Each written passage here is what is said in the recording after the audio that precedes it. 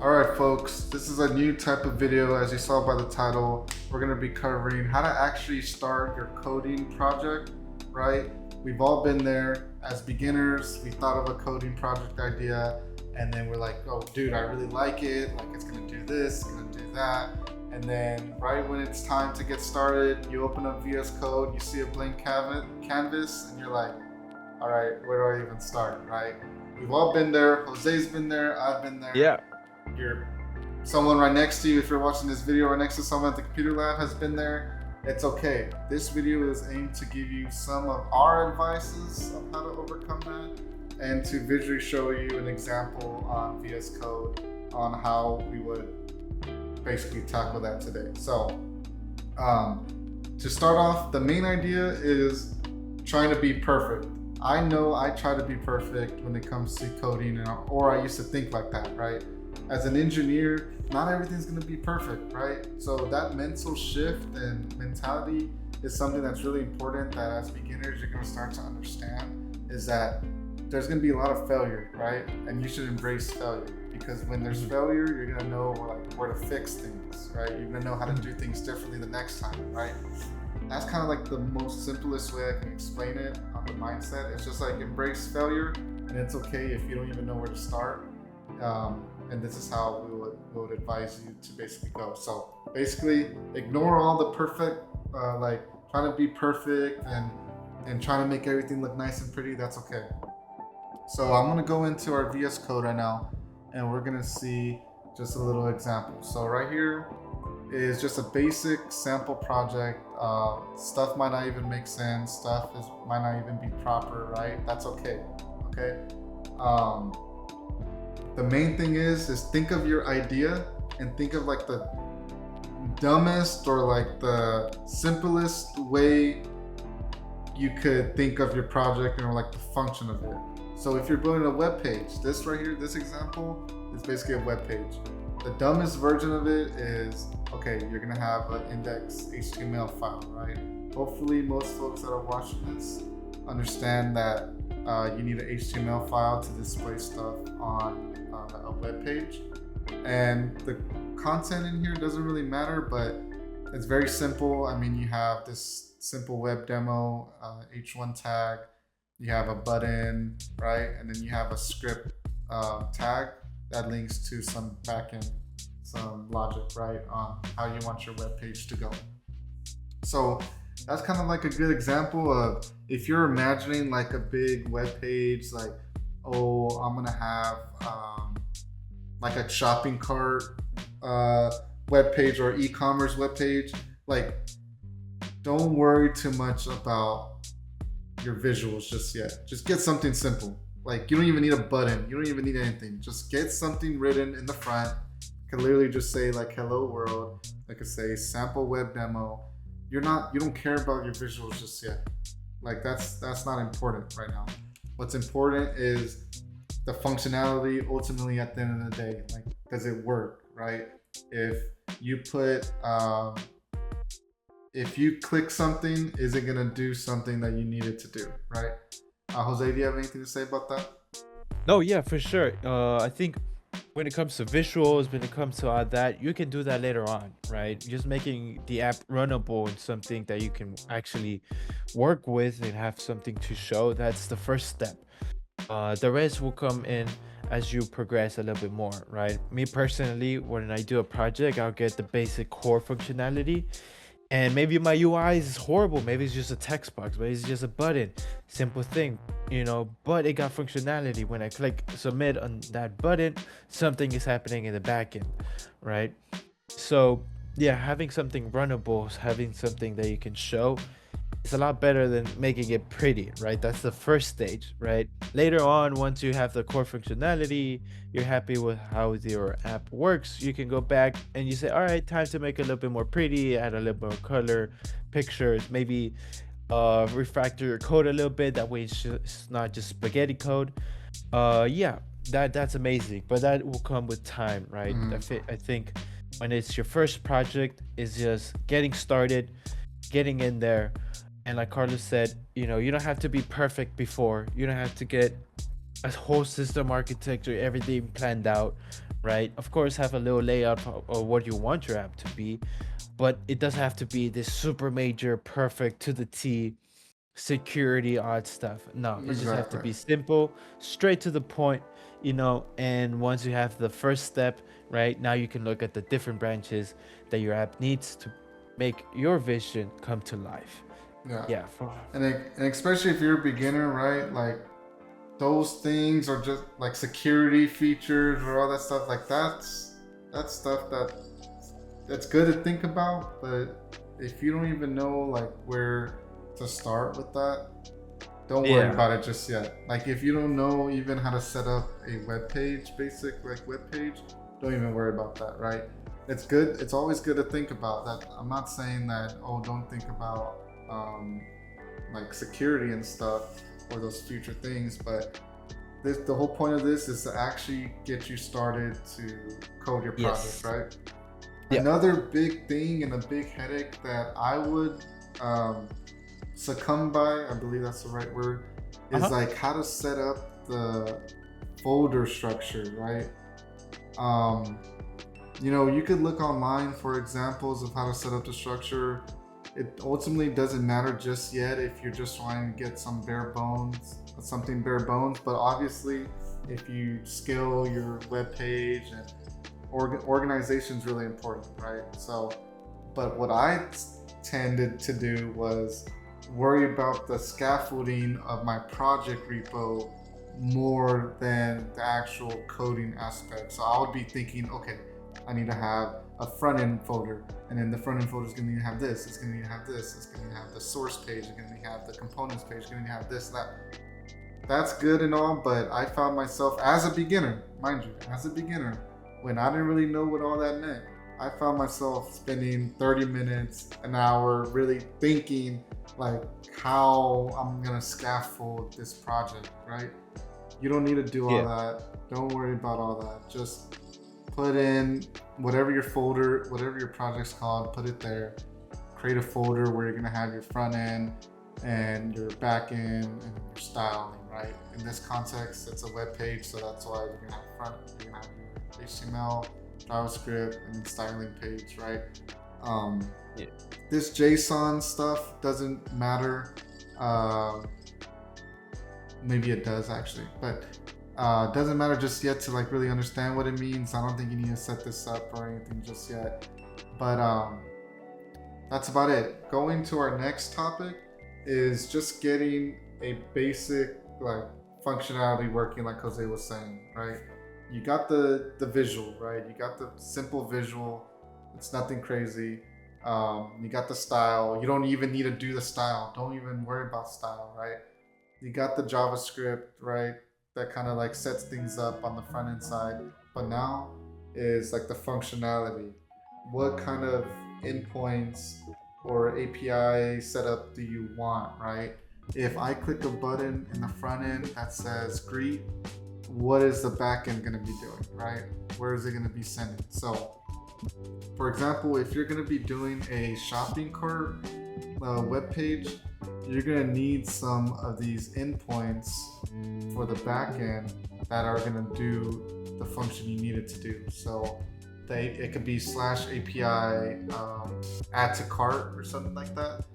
That add to cart, whenever someone clicks that button, it's going to need to get that product ID, and then it's going to need to be stored into an cart database or something for that user, right? Just so the web page or the website functions the right way. That's just a little example of what I mean by like getting the functionality to work, right? Don't worry about the visual. Don't worry about how the button looks like. Just get it to work. So these are some examples we have based on what I said.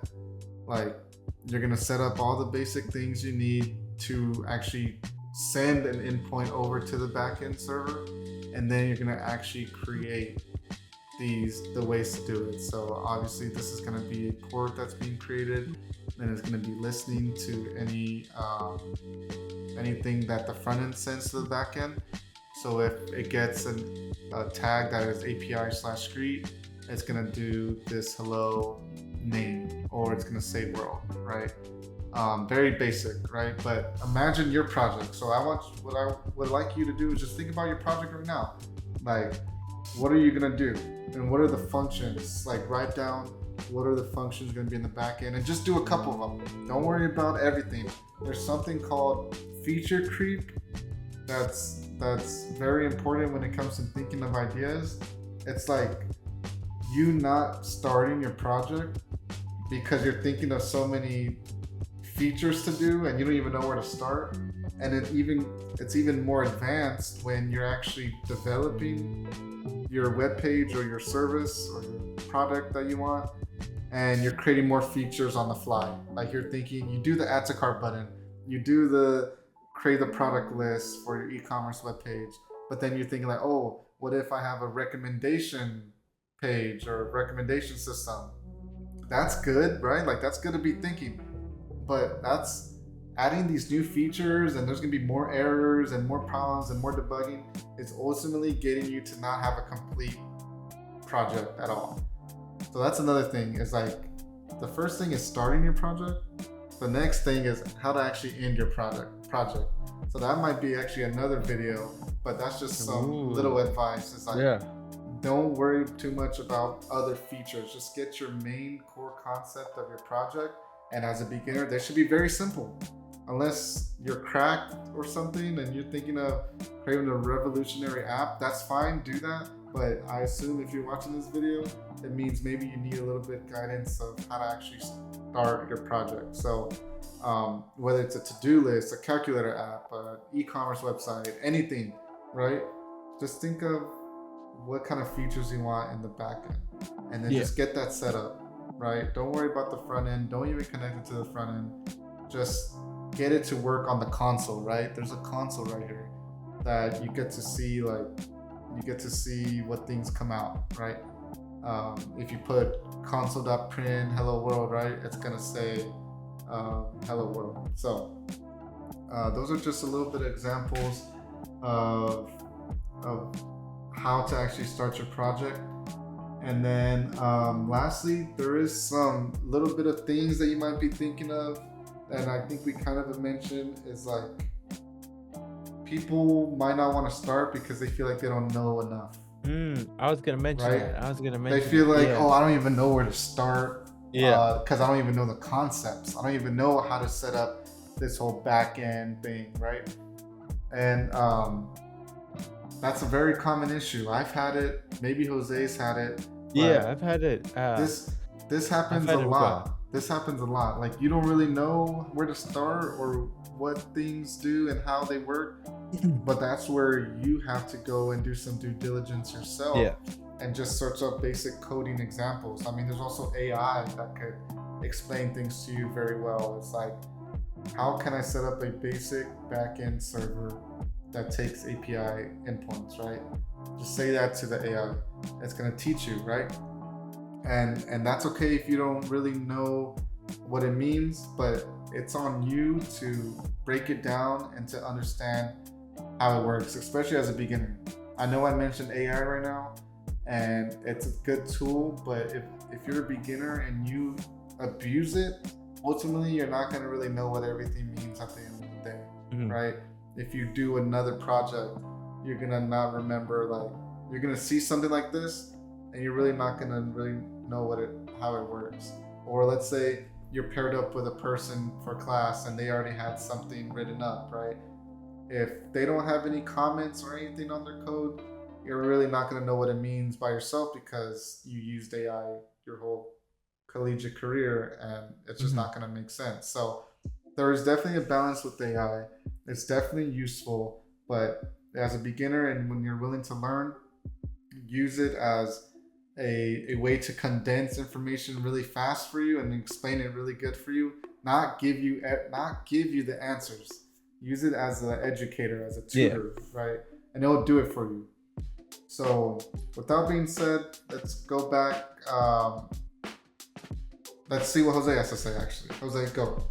No, I think you touched all the points. And one of the, talking from my experience, one of my struggles, and I think you mentioned it, was like not knowing enough, feeling that I don't have the right tools, the right device, the right computer, the right knowledge or experience to start, right? I would always use it as an excuse to not begin a project or something like that, and I couldn't be more wrong.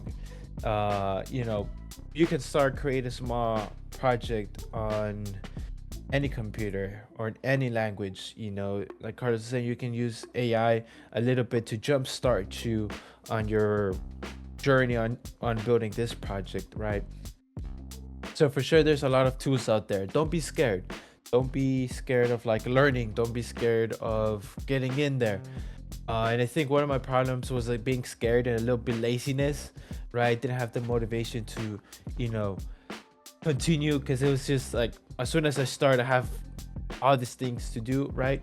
No, break it down, you know, break it down to small components.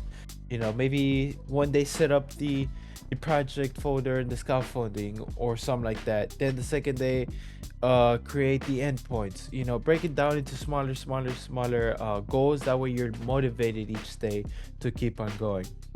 That's how I did it. That's how I began building projects, and honestly, it's very fun. It's very fruitful and fun building projects. And sometimes you just gotta get started, right? It's a learning process, and you learn uh, doing the process and doing the project, not before. So don't let not knowing enough stop you, right?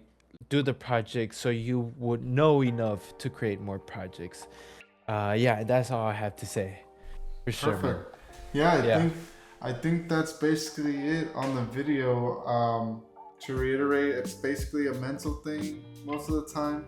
It's just understanding that you're not gonna know everything, and it's okay. Get started. Do your due Yeah. diligence. Don't worry Yeah. about stuff that doesn't really matter right off the bat, like I mentioned, like Jose and I mentioned in this video. Use AI very specifically, like it's like if you're putting a pinch of salt like on food, Yeah. use it Exactly. very Yes. like Yes. intentionally. Don't overdo it. If you do it, it will be detrimental. Like I'm telling you now, it will be, right? And you can do it. You have I can't we can't control your learning, right? And all people learn differently, but it is important as a beginner to really grasp the fundamentals, and doing projects like this and watching a video like this could already tell me that you're willing to do that work, right? You're willing Yeah. to do that due diligence Yeah. to learn on your own and do stuff like that. So that's what I'd recommend. If you want to, after this video, open up a blank file and then just write one function, right? Write a function, make it run, and then that's it, right? Stop, right? And that's just the gist of it. Like you're just doing small stuff and you're building over time, and ultimately you'll get to other things. You want to create some more stuff, you want to combine things, you want to connect things, and it'll be a really nice journey for you. So we all started similar paths, right? Not knowing anything, scared and stuff like that, but there is a light at the end of the tunnel. Once you get over that Yes. hump, once you get over Yes, that sir. learning curve, it becomes very fulfilling, and it's enjoyable, right?